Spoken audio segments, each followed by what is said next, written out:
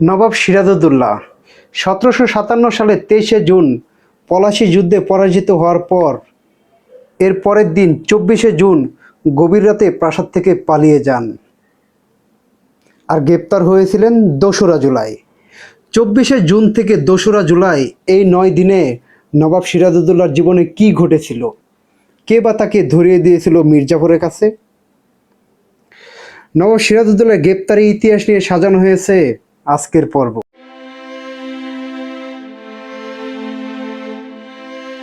23শে June 1757 Palashi যুদ্ধে পরাজিত হন বাংলার শেষ স্বাধীন নবাব সিরাজউদ্দৌলা। পলাশী যুদ্ধ প্রান্ত থেকে তার রাজধানী মুর্শিদাবাদের দূরত্ব প্রায় 50 কিলোমিটার। সিরাজউদ্দৌলা তখনও গ্রেপ্তার হননি। যুদ্ধের ময়দান থেকে সারা রাত উটের পিঠে চেপে পরের দিন ভোরে সিরাজ পৌঁছেছিলেন তার রাজধানীতে। মীর জাফর আর রবার্ট ক্লাইভ তখনও পলাশী প্রান্তরেই রয়েছেন।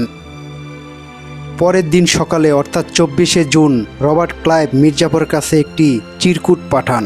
এর জয়ের জন্য আমি আপনাকে অভিনন্দন জানাই। এ জয় আমার নয়, আপনার। আশা করি আপনাকে নবাব ঘোষণা করতে পেরে নিজে সম্মানিত হতে পারবো। অবশ্যই চিরকুট পাঠানোর আগে যুদ্ধ জয়ের পরের দিন সকালেই মীর জাফর ছুটে যান ইংরেজ শিবির রবার্ট ক্লাইভের সাথে দেখা করতে। সে সময় মীর জাফরকে কিছুটা পরিকান্ত, কিছুটা চিন্তিত লাগছিল। ইংরেজ সৈনিকরা তাকে নিয়ে গেছিল কর্নেল রবার্ট ক্লাইভের তাঁবুতে। রবার্ট ক্লাইভ তখনও লর্ড হননি, তিনি তখন কর্নেল ক্লাইভ। ক্লাইভ মীর জাফরকে বললেন, আপনার এখনই রাজধানী মুর্শিদাবাদের দিকে রওনা হওয়া উচিত। শহরটাকে নিজের কবজায় করে ফেলুন, আপনার সাথে ওয়ার্কও যাবে।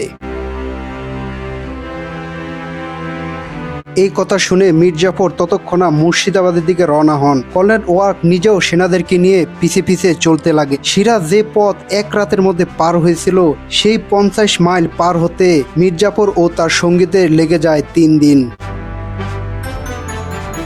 যুদ্ধের কারণে রাস্তার নানান জায়গায় গর্ত, ভেঙে পড়া গাড়ি আর সিরাজউদ্দৌলা সৈনিক আর ঘোড়ার মৃত্যুদেহ ছড়িয়ে ছিটিয়ে থাকার কারণে তাদের যেতে বিলম্ব হচ্ছিল। তবে অবশেষে মীর জাফর 24শে জুন পলাশী থেকে রওনা হওয়ার 3 দিন পর মুর্শিদাবাদে পৌঁছান 26শে জুন।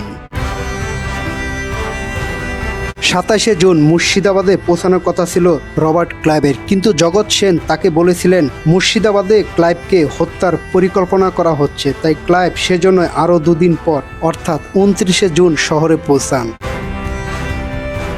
ক্লাইভকে স্বাগত জানানোর জন্য মীর জাফর শহরের প্রধান ফটকের সামনে অপেক্ষা করছিলেন। পর্দায় যে ফটকটি দেখতে পাচ্ছেন, এখানে অপেক্ষা করছিলেন মীর জাফর।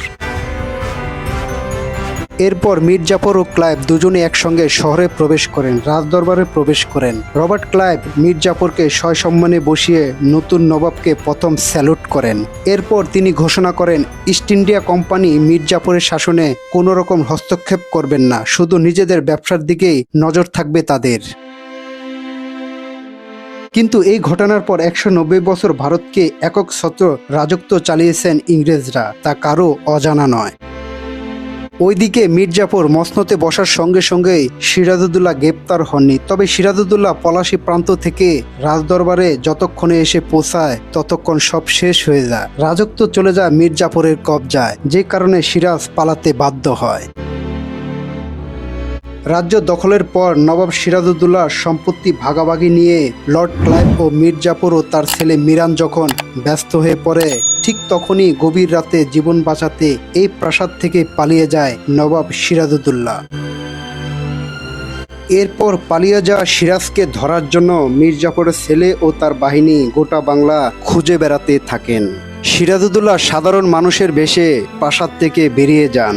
সঙ্গে ছিলেন তার অপূর্ব সুন্দরী স্ত্রী লুৎফুন্নেসা আর বিশ্বস্ত কয়েকজন আত্মীয় স্বজন আর কয়েকজন হিজড়া। রওনা হওয়ার পর স্ত্রী লুৎফুন্নেসা সহ ঘনিষ্ঠ নারী আত্মীয় স্বজন পরিজনকে পর্দাযুক্ত গাড়িতে বসিয়ে চলতে থাকেন সিরাজ।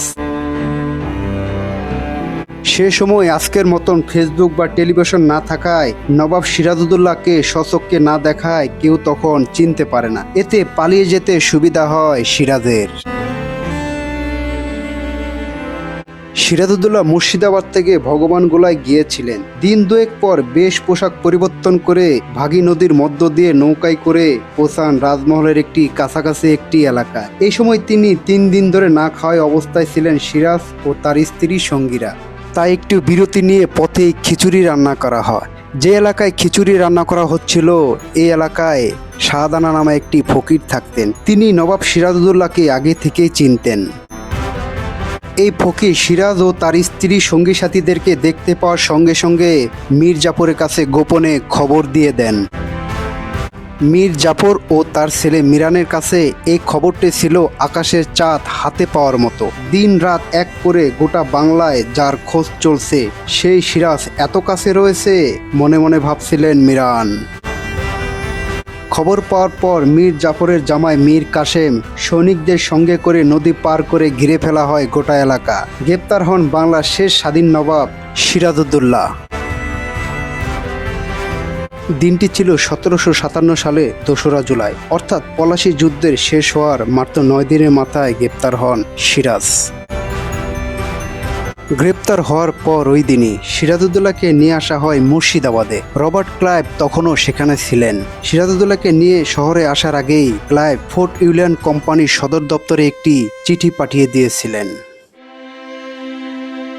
এই চিঠিতে ক্লাইভ লিখেছিলেন, আমি আশা করছি মসনদ থেকে সরিয়ে দেয়া হয়েছে এমন একজন নবাবের প্রতি মীর জাফর ন্যূনতম শিষ্টাচার দেখাবেন, যতটুকু এই পরিস্থিতিতে দেখানো সম্ভব।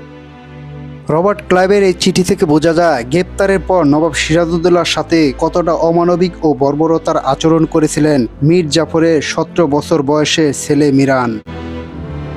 মীর জাফর সে সময় নীরব ছিলেন। বাবার মনসম্মতিতেই সিরাজউদ্দৌলার সঙ্গে এমন বর্বরতার আচরণ করেন মিরান।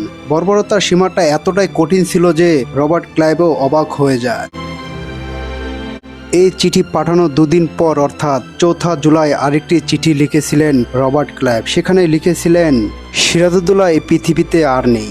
নবাব মীর জাফর সিরাজউদ্দৌলাকে কিছুটা দয়া দেখানোর চেষ্টা করলেন ও তার ছেলে মিরান মনে করলেন দেশে শান্তি বজায় রাখার জন্য সিরাজউদ্দৌলাকে মারতেই হবে, আর এই কারণে সিরাজউদ্দৌলাকে হত্যা করা হয়। গতকাল সকালে খোশবাকে কবর দেওয়া হয়েছে, অর্থাৎ মুর্শিদাবাদের কাছে খোশবাগ এলাকা। সিরাজউদ্দৌলাকে 1757 সালে 3রা জুলাই কবর দেওয়া হয়। পর্দায় যে কবরটি দেখতে পাচ্ছেন এটি বাংলার শেষ স্বাধীন নবাব সিরাজউদ্দৌলার কবর।